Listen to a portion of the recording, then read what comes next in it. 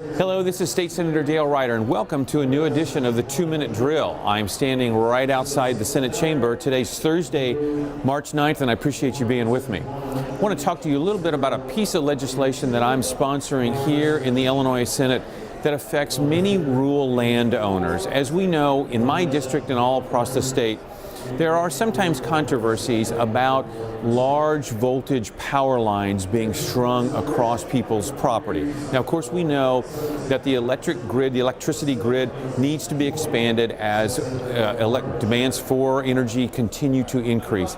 Having said that, the process by which decisions are made about where those lines and those structures will be built is one that's been troubling here in Springfield for quite some time.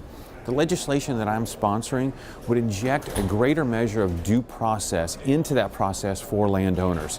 It would give them more specific notice up front about where the lines actually may fall. It would enhance public notification.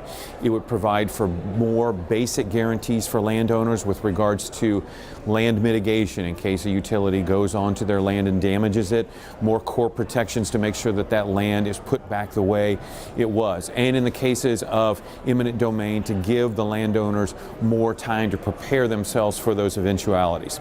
This legislation we're going to try and move forward to make sure that landowners who sometimes walk away from these public meetings about where these lines may or may not wind up being, they walk away confused, not really sure what the next step may be.